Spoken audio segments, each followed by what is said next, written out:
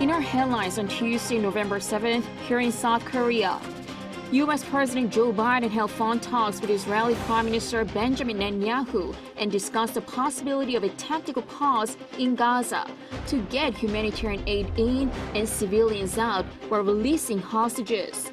Israel remains opposed to the idea as well as a ceasefire until all the hostages are released. Latest data shows signs of recovery in the South Korean economy on the back of increased production in chips and strong auto exports. Concerns remain, though, over high oil prices and interest rates globally. The South Korean government will open the first line of GTX trains in March. The high-speed train will dramatically reduce the commute times to Seoul from the surrounding metropolitan area, while making the area a hyper-connected economic zone. Good afternoon. U.S. President Joe Biden held phone talks with Israeli Prime Minister Benjamin Netanyahu and discussed the possibility of a tactical pause in Gaza for humanitarian purposes. Israel remains opposed to the idea as well as a ceasefire until all the hostages are released. Our Yoon has the latest. U.S. President Joe Biden and Israeli Prime Minister Benjamin Netanyahu held talks on Monday over a so-called tactical pause for humanitarian reasons, as well to try to secure the release of hostages held by Hamas.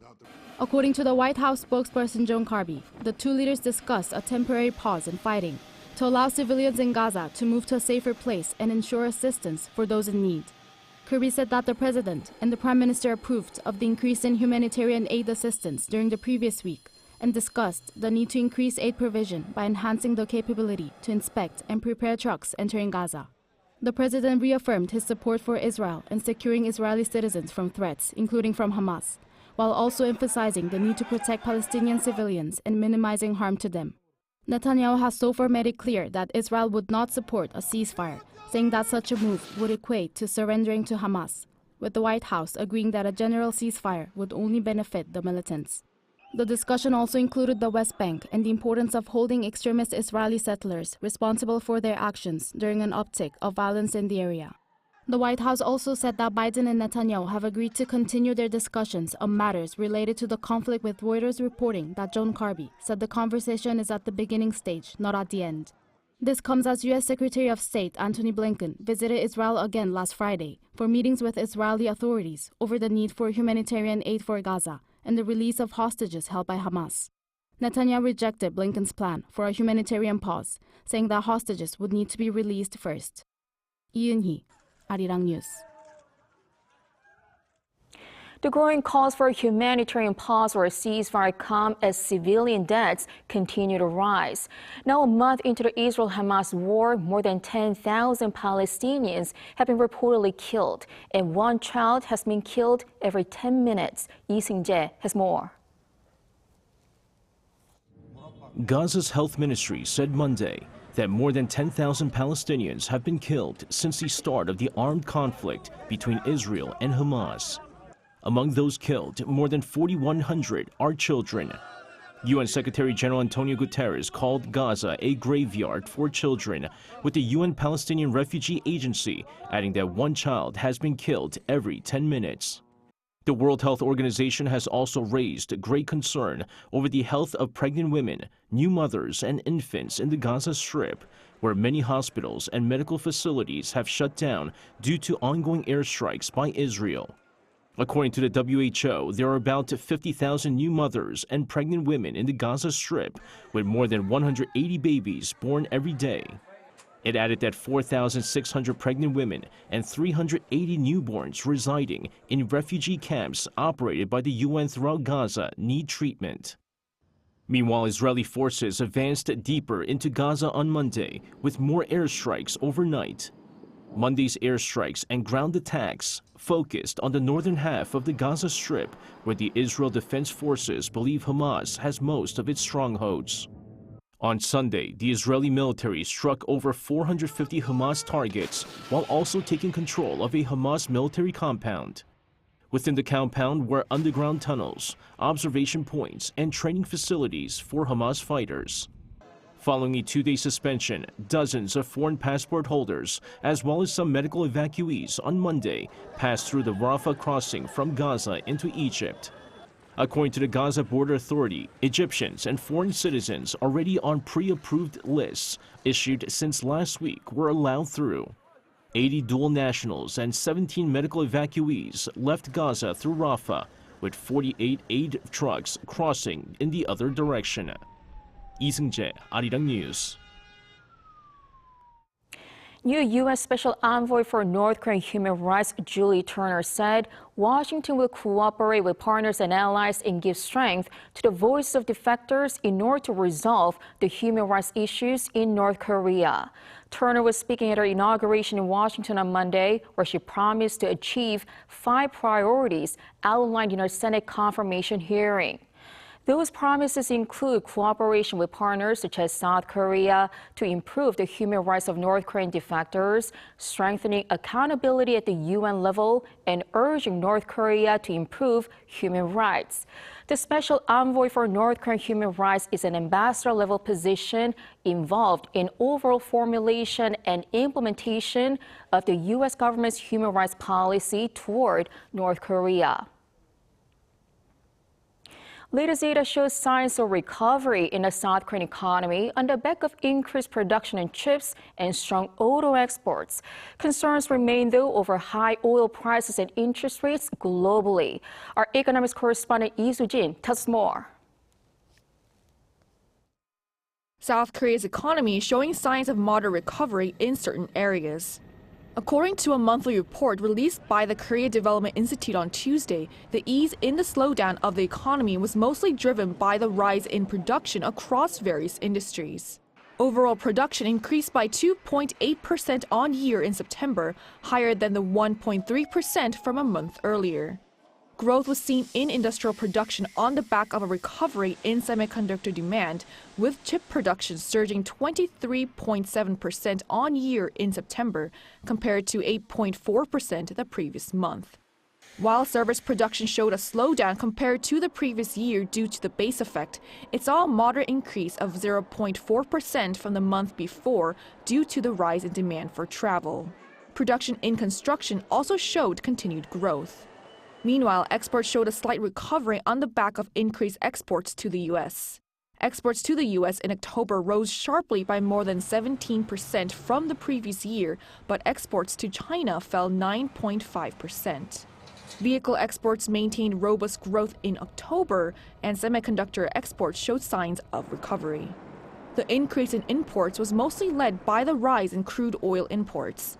Overall, the trade balance in October recorded a surplus of $1.64 billion. However, external factors continue to weigh on the South Korean economy as the global economy grapples with uncertainties such as monetary policy tightening and the Israel-Hamas conflict. Growing geopolitical tensions have fueled volatility in oil prices, and the continued high interest rates in major economies has led to subdued business sentiment. Lee Soo-jin, Arirang News. The South Korean government would open the first line of GTX trains in March. The high-speed trains would dramatically reduce the commute times to Seoul from the surrounding metropolitan area. Shin Se-byul reports. South Korea plans to establish a broader economic zone through expediting the opening of the GTX high-speed commuter rail network. The first phase will begin with GTX-A from Dongtan Station, about 30 kilometers south of the capital, to Suseol in Seoul's Gangnam-gu district next March. During his visit to the GTX-A construction site on Monday, President Yoon Suk-yeol noted the commute from Dongtan to Suseol will be around 19 minutes when the line opens. He added more lines, GTX-B and C, will be opened faster, making Seoul reachable in 30 minutes from anywhere in the greater capital region. 수도권 어디든 간에 30분 이내에 도착하고 서울까지 어느 지역을 가든지 1시간 이내에는 다 갈 수 있게, 그리고 중심부까지는 30분 이내. The GTX-B line will connect Incheon just west of Seoul to Namyangju, east of the capital, and the C line will connect Yangju some 30 kilometers north of the capital to Suwon, just south of Seoul. Construction on the C line will begin at the end of this year, with work on the B line set to start early next year. The GTX project is one of Yoon's election pledges and part of his administration's policy tasks, where he vowed to open up an era of 30-minute commutes to and from the Seoul metropolitan area. President Yoon stressed that the GTX isn't just a transportation solution, but rather a way to create a hyper-connected economic zone. He emphasized its potential to change the economic landscape near GTX lines, such as stabilizing the real estate market and generating more job opportunities. The Korea Transport Institute expects the GTX project to affect the economy to the tune of some 30 trillion won, or $23 billion. 210,000 jobs are also expected to be created. As for fares, the president said the anticipated fare will be around 4,000 won, or roughly around $3 one way, but added the government will ensure fares will remain affordable. 저소득층과 어려운 서민들에게는 약 53%의 최대 할인율을 차등 적용해서 나머지는 정부 재정으로, 중앙정부와 지방정부 재정으로 이렇게 분담을 해서 지원할 계획입니다. The president also promised more routes, including lines D, E, and F, each connecting the Seoul capital area with the outskirts of the metropolitan region. 신새벽 아리랑 뉴스. And South Korea is also getting a step closer to realizing another traffic solution. An air taxi has successfully made its first public test flight in a rural county with the aim of operating in urban skies in 2025. Our Yoon has a report. This air taxi takes off vertically from its vertiport and flies for about 5 minutes without carrying a person.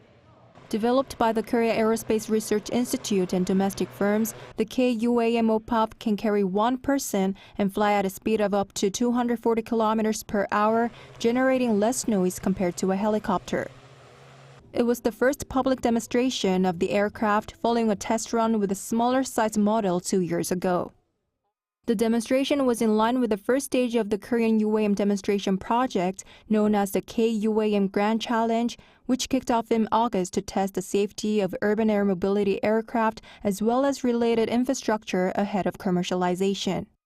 Along with the flight demonstration in Goheung, Jeollanam-do province, a vertiport, passenger terminal, traffic management system, and AI-based control tower were all unveiled, showcasing their safety and integrated operational capabilities.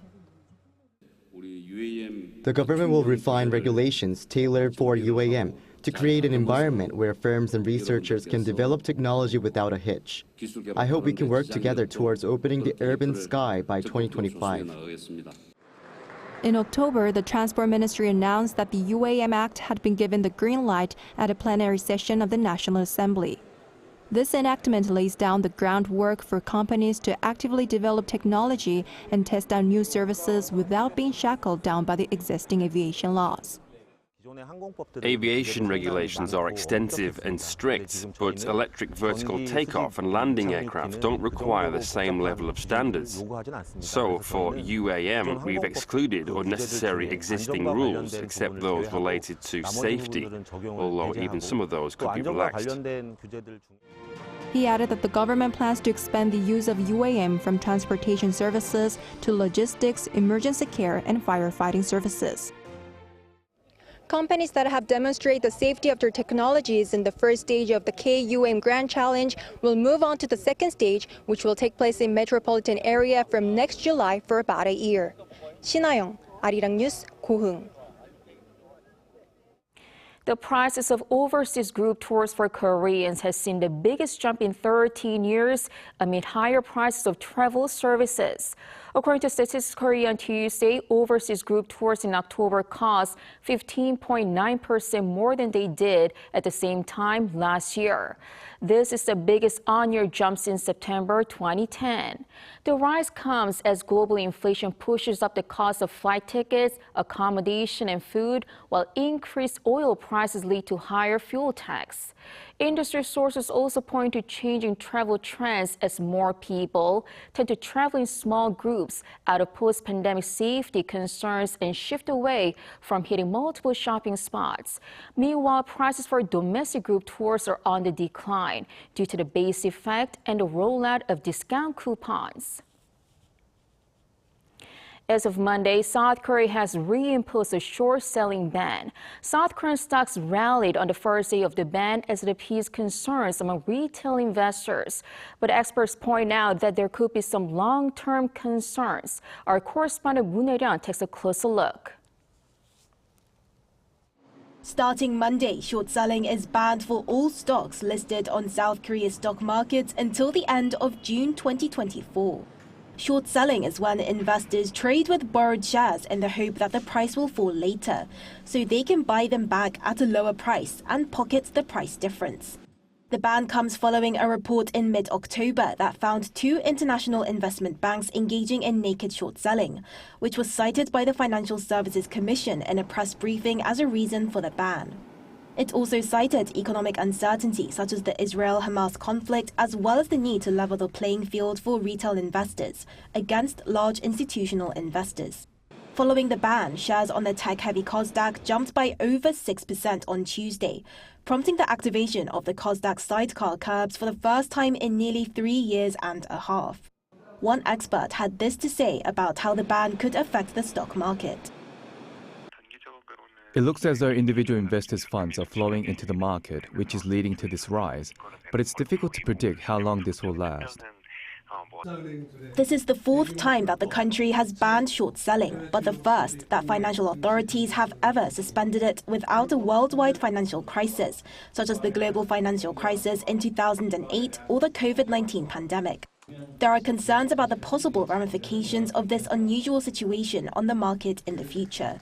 The domestic short-selling market is also dominated largely by foreign investors, with the ratio of individual to institutional and foreign investors being at 2 to 98. As a result, it's expected that the ban will affect foreign investments in South Korean stocks.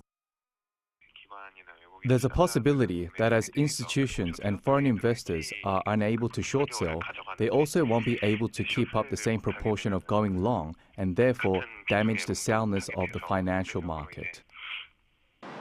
As watchers remain wary, the FSC seeks to improve related rules and systems during the 8-month ban. The Commission said it will decide whether to resume short sales in consideration of its improvements. Harirang, Arirang News. Now, the weather is getting chilly, but with prices of everything going up, so are the prices of popular winter street food, including the famous fish-shaped pastry, 붕어빵. Yoon has a story. Bungeoppang has long been a favorite winter street food in South Korea. The fish-shaped pastry is filled with red bean paste or sugary custard. But the jump in price of this beloved snack shows the reality of the increase in consumer prices. Last winter, customers could get 2 pieces of bungeoppang for 1,000 won, or roughly 80 cents. But this year, street vendors have prepared signs that read 3 for 2,000 won, roughly $1.50. And in some popular areas, customers will be paying 1,000 won for 1 piece. It used to be a go-to snack when I have 2,000 won left in my wallet, but I don't think that's possible anymore. I remember it being 3 pieces for 1,000 won when I was young. If it's 1,000 won for 1 piece, maybe people who really like it will still buy it, but I don't think I will. What's contributed to the hike in prices of this winter street food is the increase in general prices, from ingredients to fuel costs. The wholesale price of the red bean paste has increased by 33% from previous years. And the prolonged impact of the Russia-Ukraine war is keeping prices of key ingredients very high. Compared to before the war, the price of flour has jumped 36%, sugar 34%, and milk 17%. The jump in consumer prices has shocked customers into eating out less, as it affected everyday go-to foods like fried chicken and black bean noodles. But with no sign of inflation easing, people are now hesitant to enjoy winter street snacks as well. Yoon, Arirang News.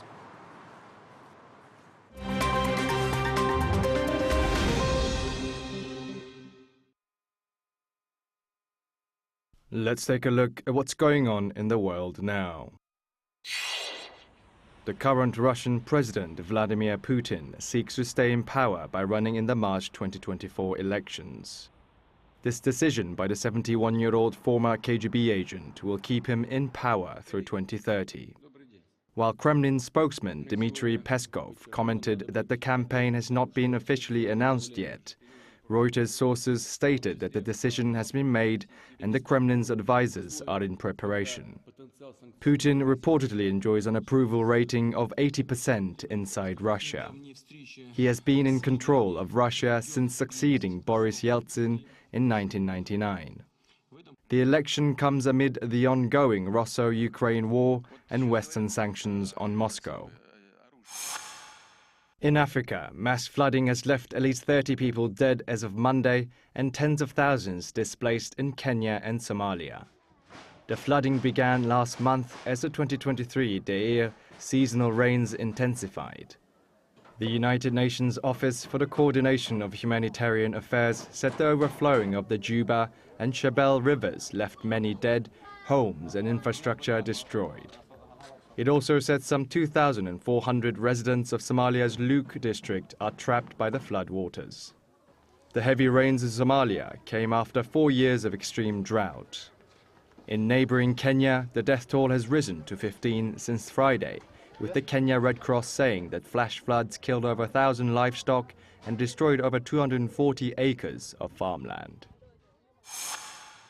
On Monday in the UK, protesters from the Just Stop Oil Climate Change Action Group damaged the glass cover of a painting at London's National Gallery. 2 protesters in their early 20s were arrested after using safety hammers to smash the glass cover of the 17th century painting. Dozens of other Just Stop Oil activists who were blocking roads in nearby Whitehall were also detained. The painting, Rockaby Venus by Diego Velázquez, was previously damaged in 1914 after being slashed by Canadian suffragette Mary Richardson. Off the coast of the Italian island of Sardinia, local amateur divers on Saturday discovered up to 50,000 ancient Roman coins. According to Italy's Ministry of Culture, the recovered ancient coins are likely to be from a shipwreck from the 4th century off the coast of Arzachena in Sardinia. The bronze coins from this period are called follies, introduced around 294 AD by the then Roman Emperor Diocletian. Authorities have stated that the coins are in exceptionally well-preserved state. A similar discovery of almost 23,000 coins was made in 2013 in the UK county of Devon. Kim Seong, Arirang News.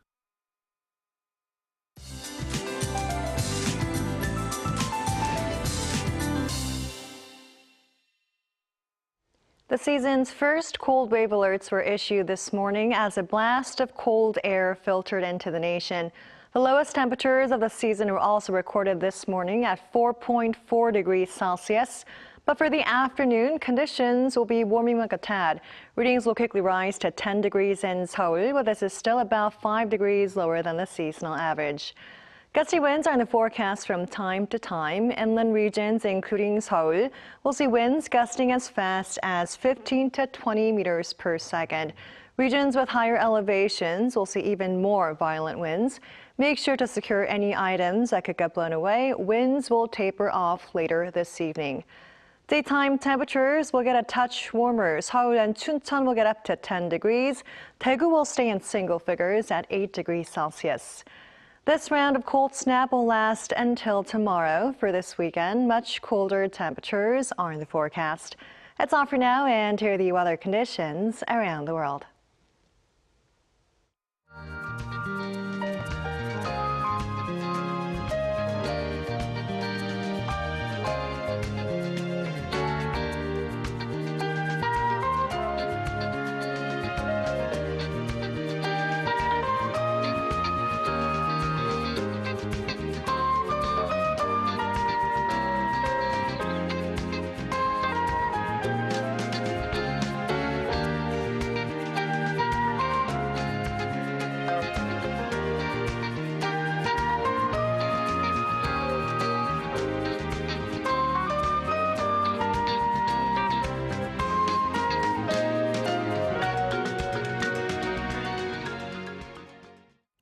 That is all for today. Thanks for watching.